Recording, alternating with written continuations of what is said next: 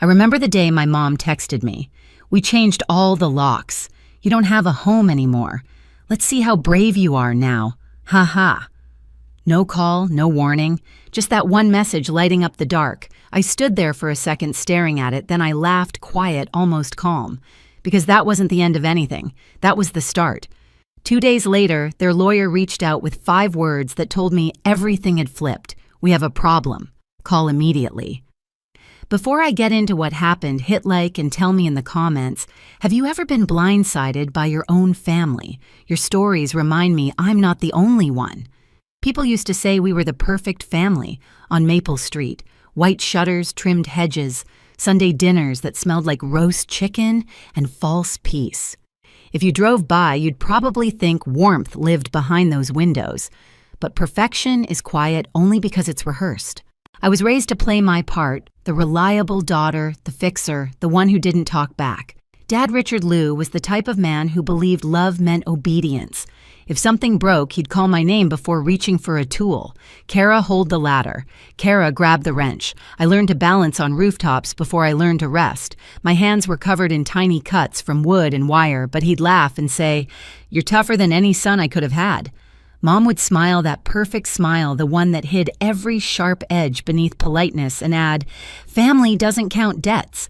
They said it so often it became a prayer. Family doesn't count debts. Translation, everything you give us is owed. Everything we take is love. Then there was Emily, my little sister. 2 years younger, softer, prettier. She never had to lift more than a makeup brush. Dad called her the delicate one and Mom called her our pride. I was proud too once. I believed that keeping the peace was my job, that fixing their messes was proof of devotion. When money got tight, Mom would sigh dramatically over the electric bill, and somehow my wallet would open. At 17, I was helping with mortgage payments. By 21, I was covering repairs. It didn't feel wrong back then, it felt like love. They told me I was so good with numbers, so dependable, and I mistook manipulation for gratitude. Every time I patched a wall or transferred a payment, I told myself I was holding the family together. But there's a price to being the glue you never get to stop holding. I remember one Thanksgiving standing by the window watching Mom hand Emily a small jewelry box. Inside was a gold bracelet engraved with her initials. "It's for our little artist," Mom said. Emily hugged her. I smiled, pretending I didn't feel the chill crawl up my arms. That bracelet probably cost the same as 3 months of my rent at the time. But family doesn't count debts right now. Years later, that phrase still echoes in my head, soft, poisonous. I can still smell the varnish from the banister I painted at 16, hear the creak of the lock I once fixed for Dad, see the porch light I replaced flickering in memory. The same porch light that would one day shine over a door I wasn't allowed to open. It started with whispers, soft enough to sound harmless. I came home late from work one night, shoes damp from the Portland rain, and heard my name through the kitchen door. I should have kept walking, but something in Mom's voice froze me mid-step. She doesn't realize all her help was voluntary, she said, quiet but clear. When we sell the house, it'll just be our names on the papers. My chest tightened. Sell the house, our house, the same place I'd painted, repaired, financed piece by piece for years. Dad's laugh came next, low and smug. Classic Cara, all heart, no business sense. Then Emily's voice hesitant. "But won't she expect something?" Mom snorted. "Expect what? She gave gifts. Gifts don't buy ownership." For a second I thought I'd misheard. The room spun in silence, the air thick with the smell of leftover dinner and betrayal. I gripped the wall until my knuckles went white. Gifts, I whispered to myself, the word curdling in my mouth. They were dividing my effort like spoils, and I was the fool who funded their comfort. I walked to my room without a sound, every step heavy, rehearsing the script they'd written for me my entire life. Be grateful, be quiet, be useful. But something inside me cracked that night. I didn't cry. I didn't confront them. I sat on the edge of my bed, the glow of my laptop reflecting in my eyes, and I started remembering every transfer, every bill, every time they'd said, "just this once." Hours passed. The house went still. I could hear the rain against the window and the faint hum of the refrigerator steady, unbothered, unlike my heartbeat. Then, just as I was about to close my laptop, my phone buzzed. 11:27 p.m. Mom, we changed all the locks. You don't have a home anymore. Let's see how brave you are now, haha. The words burned into me one by one. I read them again, slower. Locks, home, brave. And that laugh, haha, mocking, sharp final. No call, no explanation, just that cold message glowing in the dark. I don't know how long I stared at it. Maybe a minute, maybe 10. Then something strange happened. I laughed too. Soft at first, then louder until it echoed off the empty walls, because in that moment I saw the truth clearly for the first time. They hadn't shut me out. They'd freed me. I turned off the phone, opened my laptop again, and started typing not a message, not a plea, but a list. Dates, payments, repairs, every cent, every receipt, every promise. When I was little, Dad used to say, if you want something done right, do it yourself. Fine. I would. By dawn, I had a folder named Proof.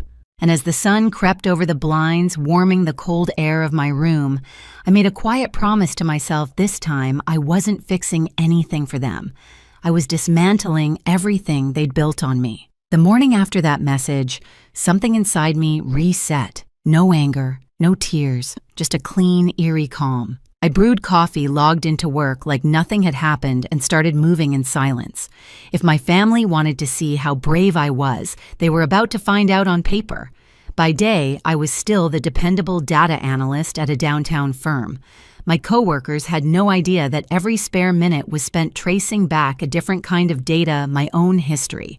I pulled old emails, bank transfers, utility statements, payments for roofing materials, contractor quotes I'd covered temporarily, grocery receipts from the months they'd claimed they were broke. Every number had a story, and every story pointed in the same direction they had taken and I had paid. I started building what I called the ledger of truth. One column for what I'd given, one for what they'd promised. The totals didn't just add up, they screamed. $47,000 toward the mortgage, $23,000 for renovations, $15,000 for emergencies, $85,000 of my life. Dad always bragged that I was the only one in the family who understood money. He just never realized how dangerous that would make me once I stopped using it for them. When my screen filled with lines of proof, I printed everything labeled each stack and tucked them into a file box under my desk. I didn't plan to run to court right away. Revenge. I decided should age like wine, not explode like fire. I met with 3 different attorneys over the next few weeks. The first 2 spoke to me like I was just another hurt daughter looking for sympathy. The third one didn't. She leaned forward, eyes sharp. "You've got a case," she said. "A solid one. It's not about the deed. It's about equity. If you can prove contribution and intent, you have standing." Intent. That word clicked. I thought about the text again. "Let's see how brave you are now, haha." That wasn't just cruelty, it was proof. Malicious intent in writing. From that moment, every step I took was deliberate. I documented new transfers. I archived every voicemail Mom left pretending to check in. I backed up every file, twice one on my laptop, one in the cloud. At night, I'd sit at my desk watching the cursor blink beside the word evidence. My apartment was quiet except for the hum of the heater and the occasional ping of another bank alert confirming what I already knew: I had the upper hand. By the time spring rolled around, my case was airtight. My attorney was ready, the paperwork drafted. We just needed one final trigger, something that showed intent beyond question. It arrived right on schedule. 2 days after the anniversary of that lock-changing text, I got an email. The subject line read, "Urgent property sale notice." They were selling the house, without telling me. I smiled. Finally, they'd handed me exactly what I needed. The day of the mediation felt nothing like the storms I'd imagined. No thunder, no chaos, just a crisp Portland morning that smelled faintly of rain and paper. I walked into the downtown law office with a folder tucked under my arm and a coffee in my hand. My heart didn't race. My palms didn't sweat. I'd already lived through the worst part, being locked out of my own home by the people who swore they loved me. The receptionist guided me to a sterile conference room. White walls, long table, 2 pitchers of water untouched. The hum of fluorescent lights filled the silence. I sat down, placed the folder in front of me, and waited. A few minutes later, the door opened. My parents entered first, Mom in her usual soft beige coat, the one she wore to church to look humble, and Dad in his pressed shirt, jaw-tight eyes burning. Emily trailed behind them, twisting the strap of her purse, her face pale. Cara, Mom said softly, that same tone she used whenever she needed something. "You look tired, sweetheart." "Good morning," I replied, my voice calm, almost detached. Her lips curved in a smile that didn't reach her eyes. "You didn't have to make this so official. We could have talked." I tilted my head. "You changed the locks. Talking didn't seem to be our family's preferred method." Her smile faltered, but before she could answer, the mediator, a middle-aged man with kind eyes, entered, followed by both attorneys. Mine gave me a reassuring nod as we took our seats. The first few minutes were procedural, polite, the kind of civility that makes your skin crawl when you know what's really underneath. Then my attorney opened the folder and began laying out the documents, page after page, of receipts, transfers, invoices. "This file," she said, sliding it toward the center of the table, "contains proof of Ms. Liu's direct financial contributions to the property located at 2146 Maple Street over a 14-year period." Dad leaned forward, scoffing. "That's ridiculous. Those were gifts. She was helping her family." My attorney didn't flinch. The payments were repeatedly labeled as temporary assistance, with the expectation of reimbursement. You'll also find text messages where both you and Mrs. Liu referred to those payments as loans.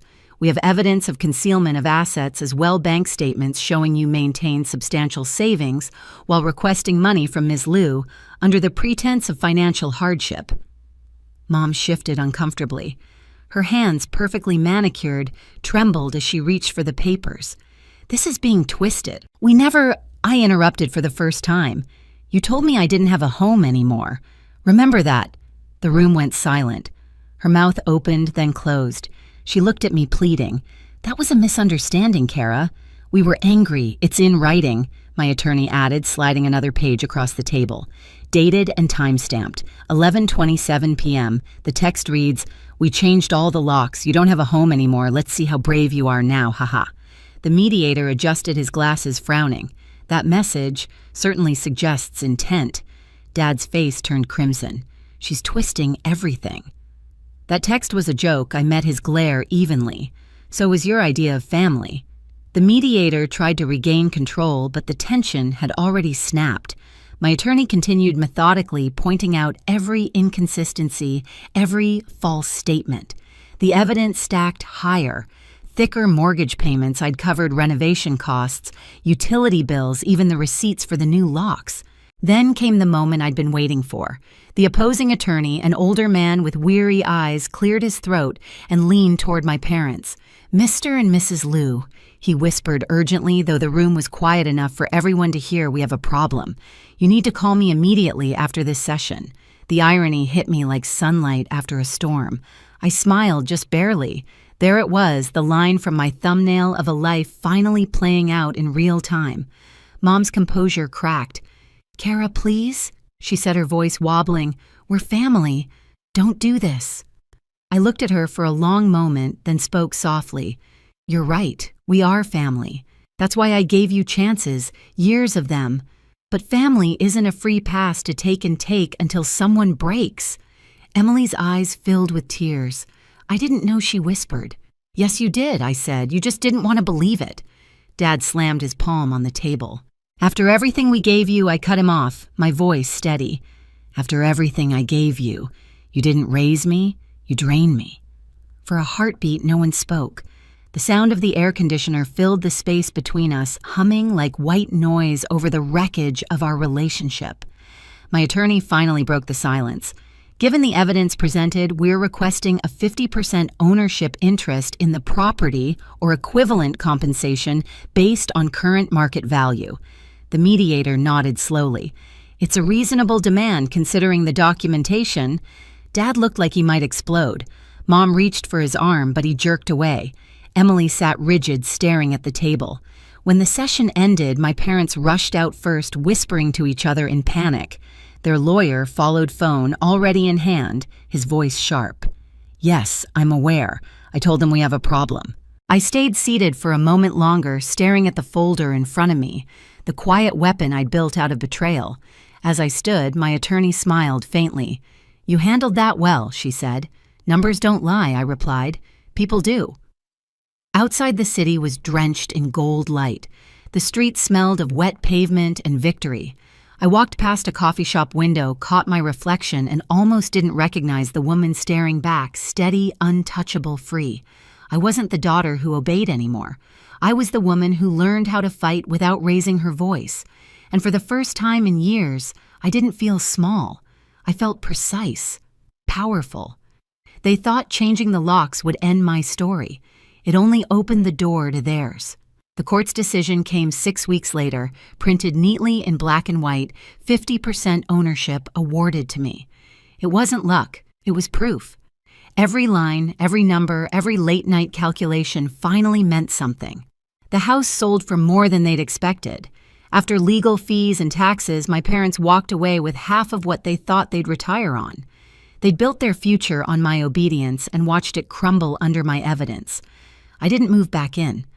That house was nothing but ghosts wearing the shape of family. Instead, I bought a small townhouse across town. The first thing I did was change the locks myself. New keys, new rules, new peace. Sometimes my phone lights up with their names, Dad's emails full of guilt, Mom's voicemails dripping with regret, but I never answer. Some doors once closed stay that way. On quiet mornings, I sit by my window with coffee and sunlight warming my face, listening to the hum of my own space. No footsteps, no orders, no demands. Just quiet, just mine. They changed the locks to keep me out. I changed mine to keep them from ever walking in again. They thought they were teaching me a lesson about loyalty. What they really taught me was how to live without them. Freedom didn't come with forgiveness, it came with boundaries and a brand new set of keys. Sometimes justice doesn't roar. Sometimes it just signs papers and walks away quietly. And that's enough. If you've ever had to rebuild from the wreckage your own family left behind, you're not alone. Your peace is worth protecting, even if you have to fight for it. Share your story in the comments, and subscribe for more true stories of quiet revenge and hard-won freedom.